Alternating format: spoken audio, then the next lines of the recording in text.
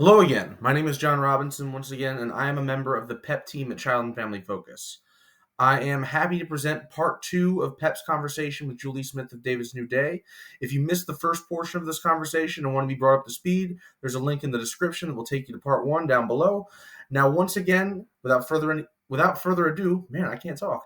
It's probably not good considering the job description I'm in right now. But anyway, without further ado, let's continue our conversation with Julie.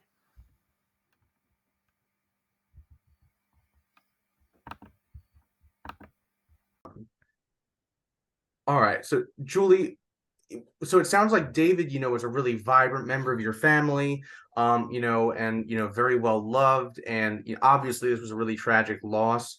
On one hand, how did this affect your family beyond just the addiction and the grief, and also, what kind of things should families look out for in situations where they're worried about someone maybe having a substance use issue?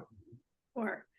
I feel like the dynamic, when you have somebody struggling with addiction, it pulls all of your parents' resources. So that's time, that's money, that's attention and focus to that one individual.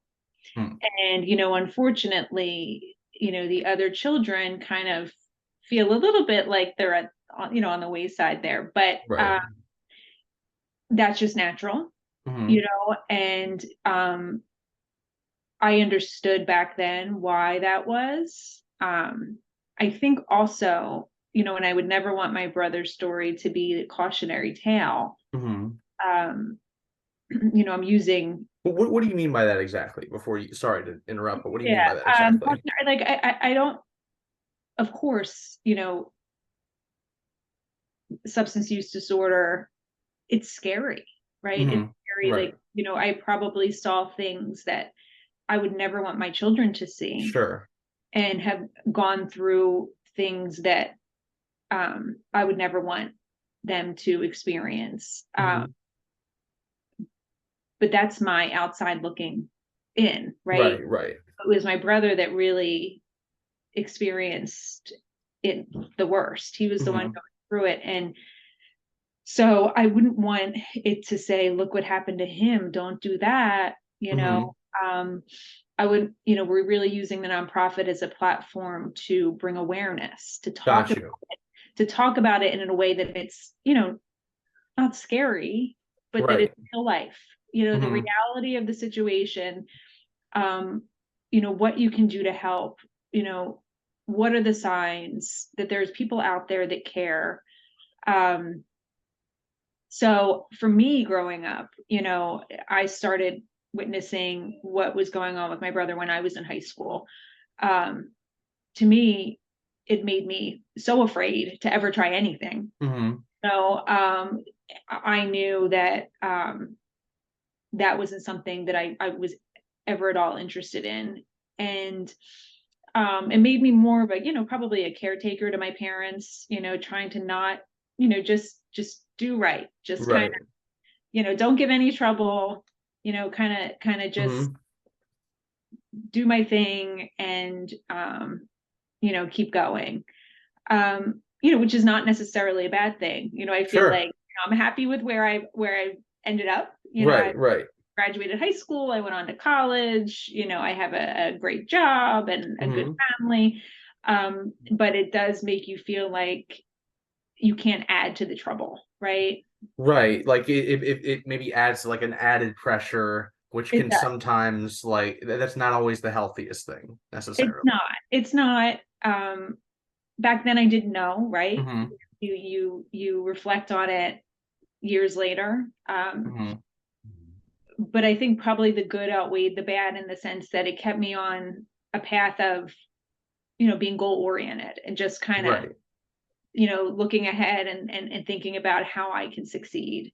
Yeah, absolutely. One thing I think that is important that you're mentioning is kind of like the whole "this is real life" thing, which sounds kind of like let's normalize this in a Yes. way. Not necessarily let's normalize, unhealthy drug use, but let's just normalize like this is something that happens. Yeah. And it doesn't discriminate. Like I've met people from all walks of life, Mm-hmm. doing this. And you know what's I feel like addiction's cunning. Like it is. Like when Mm-hmm. I thought about it, the reason that we didn't act like the house was on fire Mm-hmm. when he was in active addiction is because he showed us what he wanted us to see, and we believed what we wanted to believe. Mm-hmm. So that's a dangerous combination. Right. Because nobody's really there's no reality to that. That's Right. Have you ever seen that meme where it's like the dog sitting in the burning building and it just says, "This is fine"? Like, yeah, but yeah. yeah. And sometimes when you live in a house where you're putting out fires, Mm-hmm. little fires all the time, you go, well, when you're kind of living in a little bit of a chaotic environment, Right.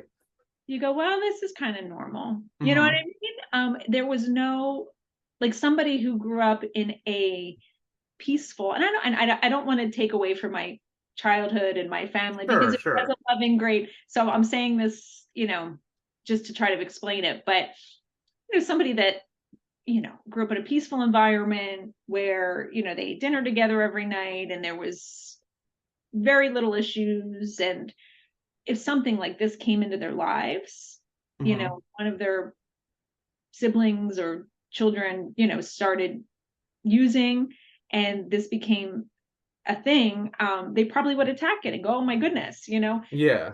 To me, in our family life, it had been going on for so long that it was just Mm-hmm. jumping to the next thing. Like, okay, all right, he's doing well now. Okay, all right, so what's next? Right.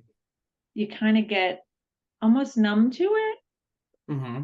you know? Yeah, absolutely. Well, because it kind of becomes like a reactive sort of attention, where you just kind of it really is like it's like counterpunching.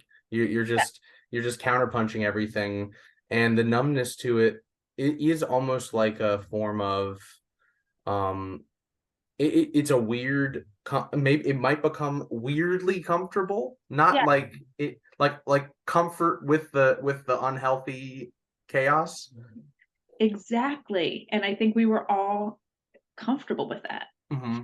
Like I remember my husband, so I went to University of Pittsburgh, met my husband there, and outside of addiction and all that, we were never afraid to fight with each other.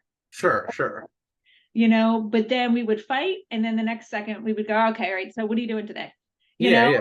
and my husband would be like, oh my God, like that is not healthy. Like you didn't resolve anything, you just Right. yelled at each other and told each other to shut up and whatever, and then Hmm. like, all right, well, listen, I'm going here, do you want to come? Yeah, yeah. It like when chaos becomes our comfort zone, it Yeah, doesn't really and things don't get resolved. It prevents us from being proactive in a way where we can actually create solutions. correct. And we Yeah. just kind of yeah, it's really interesting to kind of just settle into that. Thank you so much for watching. And once again, if you enjoyed this video, feel free to give us some positive feedback by liking the video. It would help us out a lot. And if you have any thoughts on our conversation, we definitely encourage you to leave some comments below. Thanks so much to Julie once again for being such an engaging and open guest. If you want to stay up to date on future videos related to my conversation with Julie, such as part 3, part 4, etc., etc.,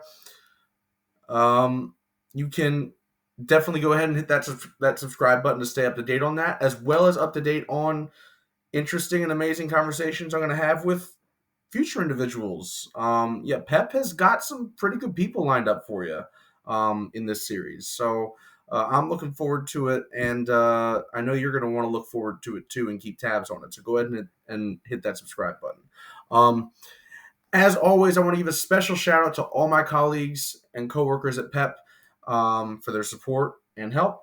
And also a special thank you to the Delaware County Human Services Department Drug and Alcohol Division for helping to make this possible. Thanks once again, and we'll see you for part 3.